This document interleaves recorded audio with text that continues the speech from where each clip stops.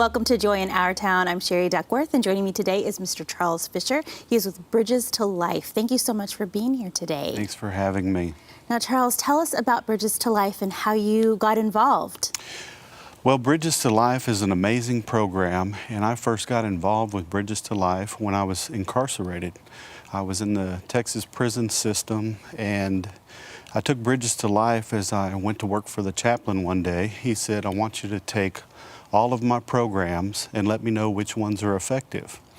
And so to do that for him, I signed up for all the different chapel programs that he had on the LeBlanc unit, and Bridges to Life was just one of those classes I signed up for. And it was amazing in that we had small group, and we talked about subjects like accountability, responsibility, confession, repentance, reconciliation, restitution, and I needed that at the time of my life that I took it.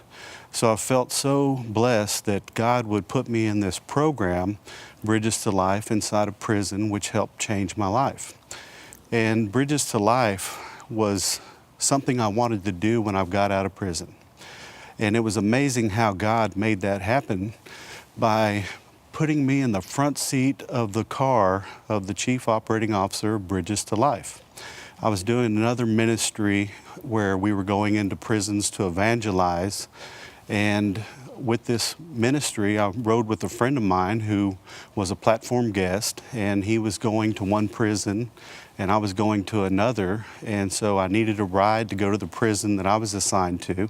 And I asked at the orientation meeting that night, could someone give me a ride? Yeah. And all I heard were crickets. You know, it was kind of uncomfortable. Well, we want to hear more about what happened after that here in just a moment, but we have a little bit more about your program for us to watch. Excellent. Hello, I'm John Sage, founder of Bridges to Life.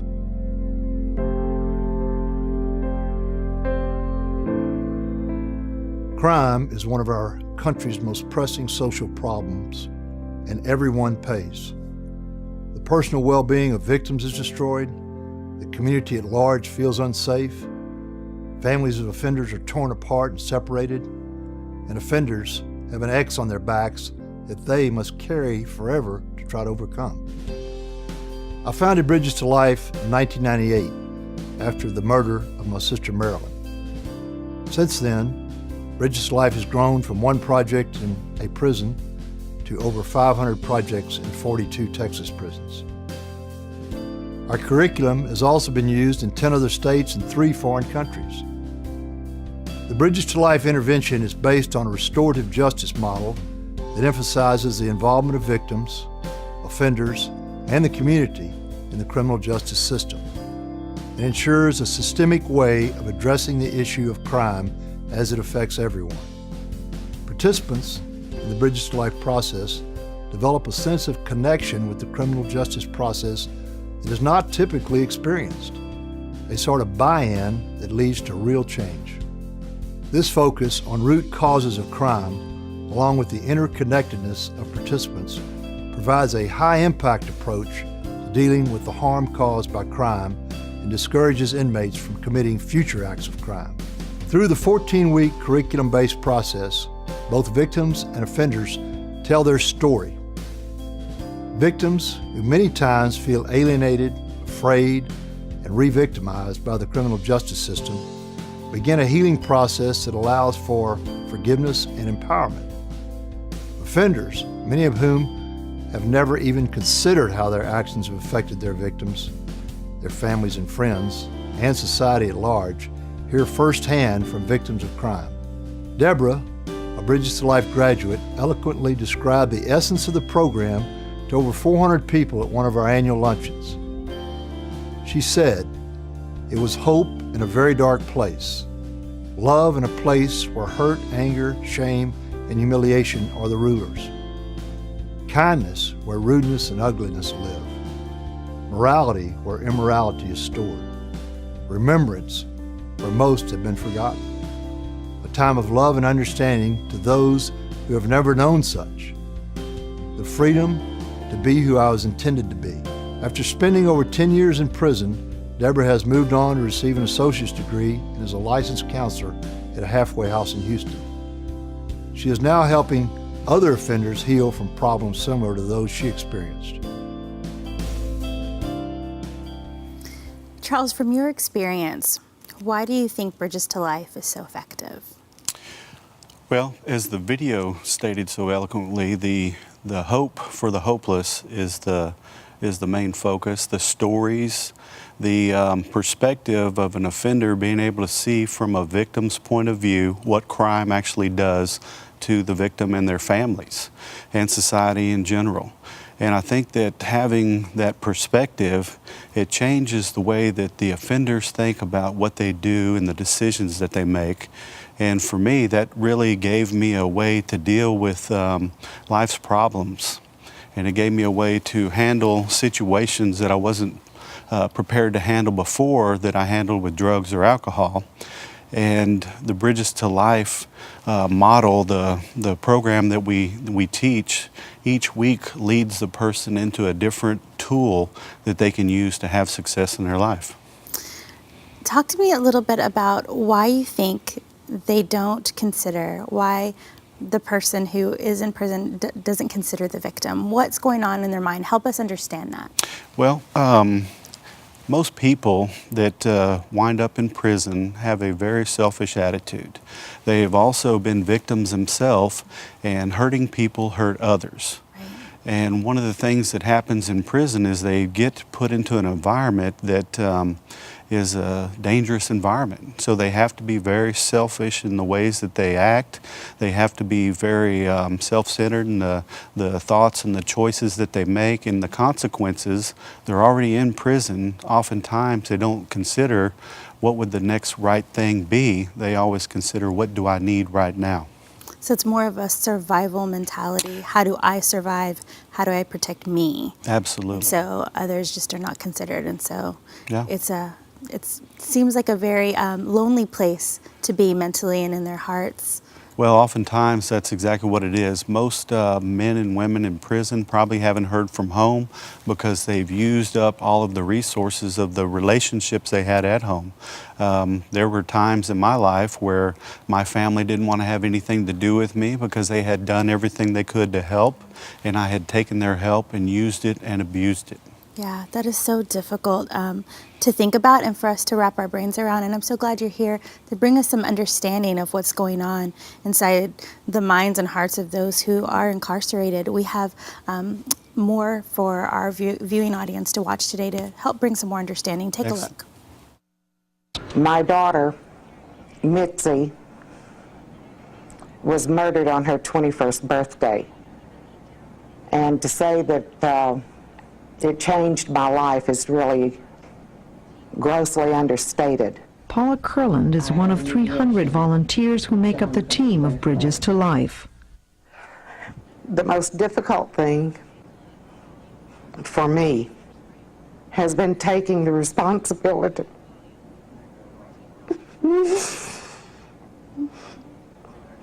for what I did to my children, not intentionally. But when I say they lost their mother, they did. It's been 20 years since the murder, but Paula began to heal when she joined Bridges to Life and was able to forgive the perpetrator and share her own story with inmates. And then you have people that come in here and give of themselves freely because we truly care what happens to all of you. And I developed the bad habits of robbing. Patrick St. Jules is serving time for aggravated robbery. Today he attends the first workshop of the 14-week program.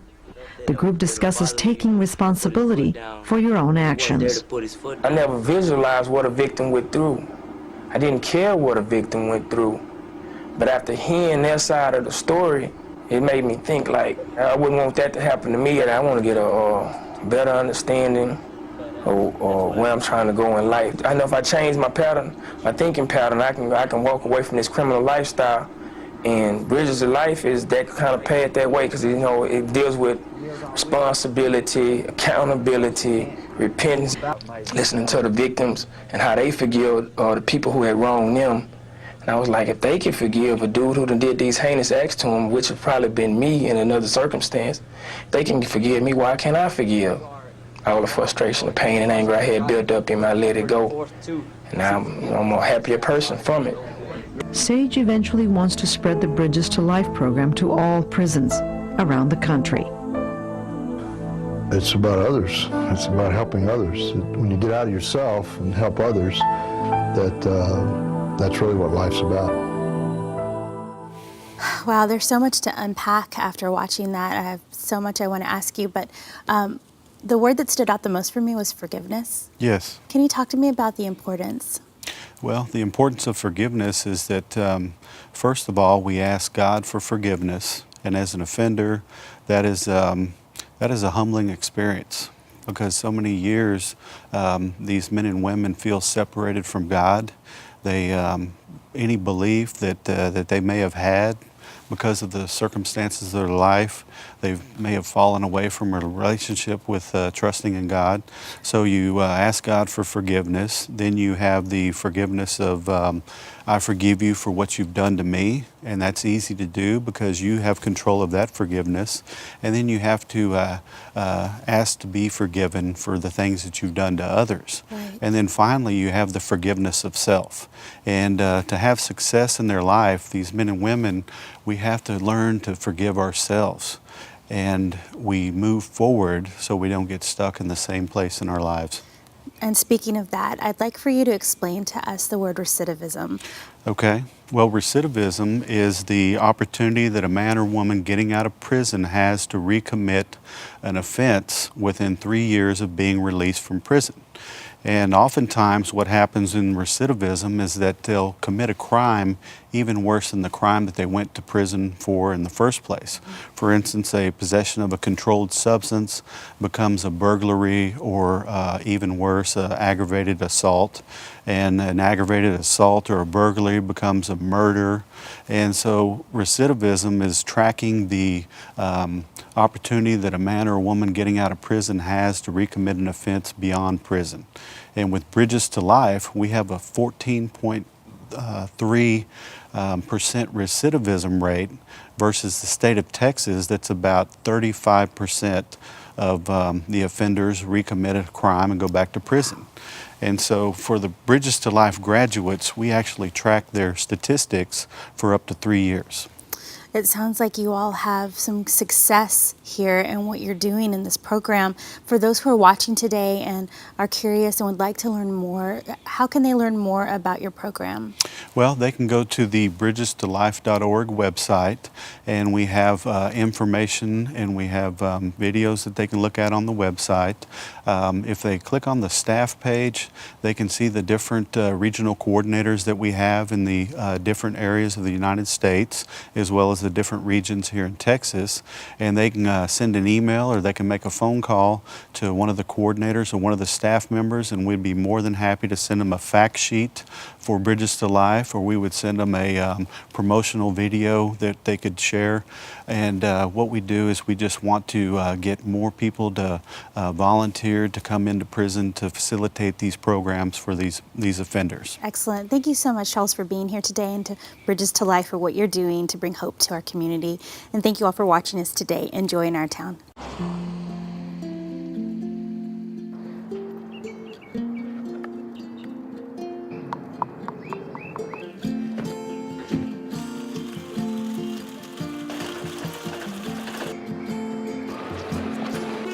Dad's home! The smallest moments can have the biggest impact on a child's life. Take time to be a dad today. Hello and welcome to Joy in Our Town. Joining me today is Mr. Obi Basti. He is the director for ARM, which stands for Adult Rehabilitation Ministry. Thank you for being with us today. Thank you. Talk to us about ARM. How long have you all been serving the community? ARM has been in existence for 28 years. We've been serving men in a residential way for 28 years. And last year, we started serving women. And so now we do women inpatient as well. You do. Wow, 28 years is such a long 28 time. years. Congratulations. I'm glad Thank that you're you. here.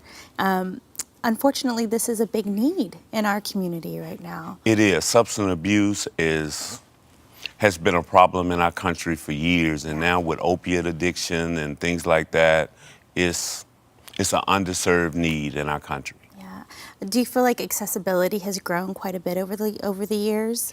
It has for Middle America, but what we do, we serve the population in the urban communities where a lot of people can't afford to go to treatment. Treatment is $1,000 a day, and we're able to serve our population at $10 a day, and we look for sponsors, and we do a full-service treatment center for people even if they can't afford it. I see. So that's what we do.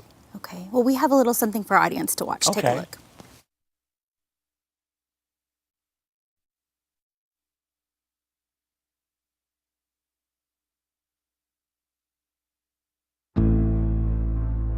So this is living.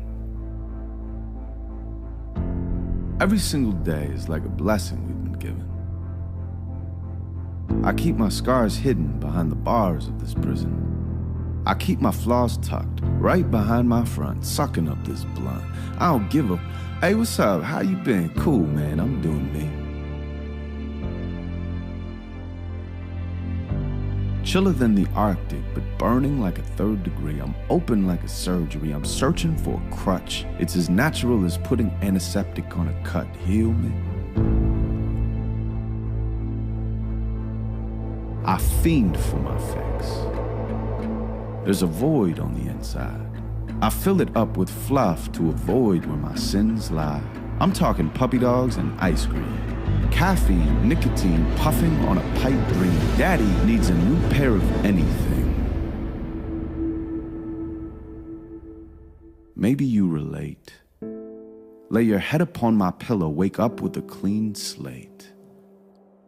I thought that if I found out who I was, away from anything I'd ever tried to use to catch a buzz, I would build a better me. So I did. Delving into all the hurt I had hid since a kid. Anytime I felt the urge, I would hold on. I want to reach the other side. My goal's to be headstrong when right feels dead wrong, when night feels too long, when life feels too long, when hindsight is blinding and reminding us to hold on. You're not alone. We've all been there together. We're facing the storm because bad weather ain't forever. We're breaking the norm to see if maybe there is more, but we'll never know until we're on the other side of that door. I don't want to use you for anything, abuse you for anything, or lose you to anything. Love is not obsession. There are no strings attached, so I can't love you if I'm like, yeah, but there's a catch. I want freedom from desire because this moment is real. They speak about courage, but they don't own how they feel. I want to scream truth, just to hear it echo back.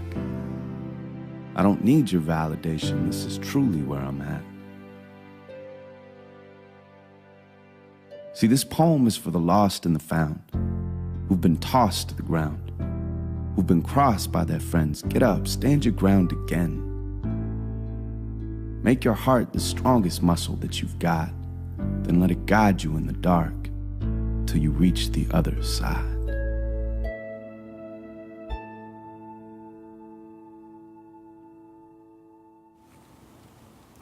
Watching that gives you such a clear picture of what it must feel like to walk in the shoes of an addict. Obviously, if we've never experienced it ourselves, we can't really say we understand it completely.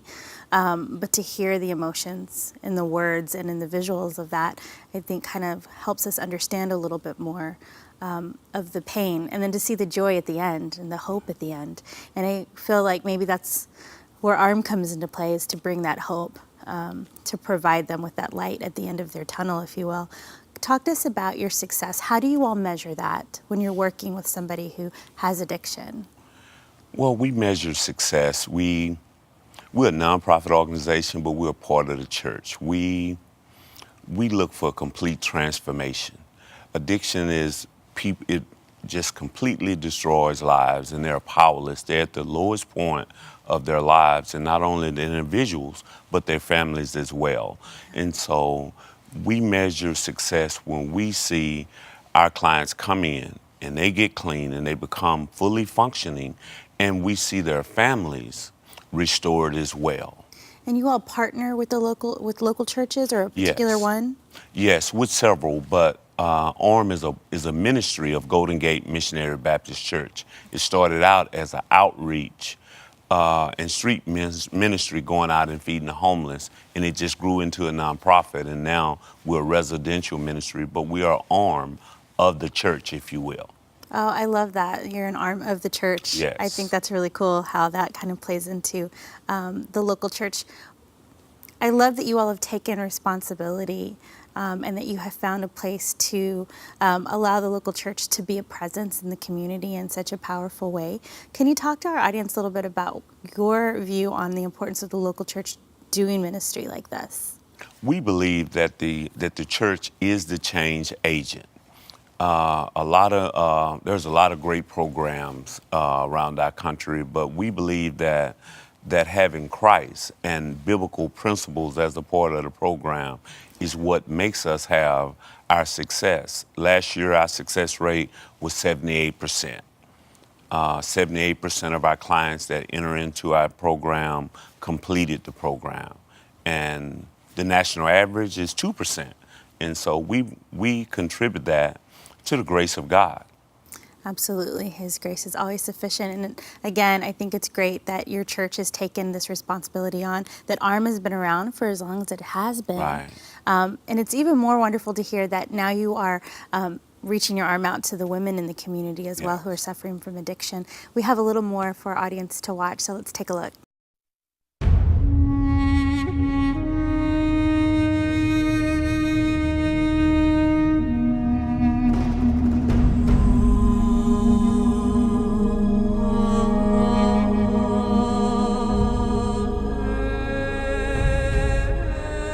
My name's Darren Lowe. I was a drug addicted addict. I didn't have no sense of purpose.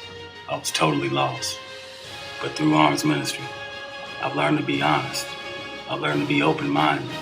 And I've also learned to be willing. I've changed my way of thinking because my best thinking landed me here. And for His purpose, I have been raised up to show His power. That His name be proclaimed in all of the earth. I hurt a lot of people, hurt my family, but most of all, I hurt myself. But through Obie Bussey, Stephen James, and my brethren here in Arms Ministries, I've learned a lot, and I have changed my ways. All praise and glory to God. Thank you.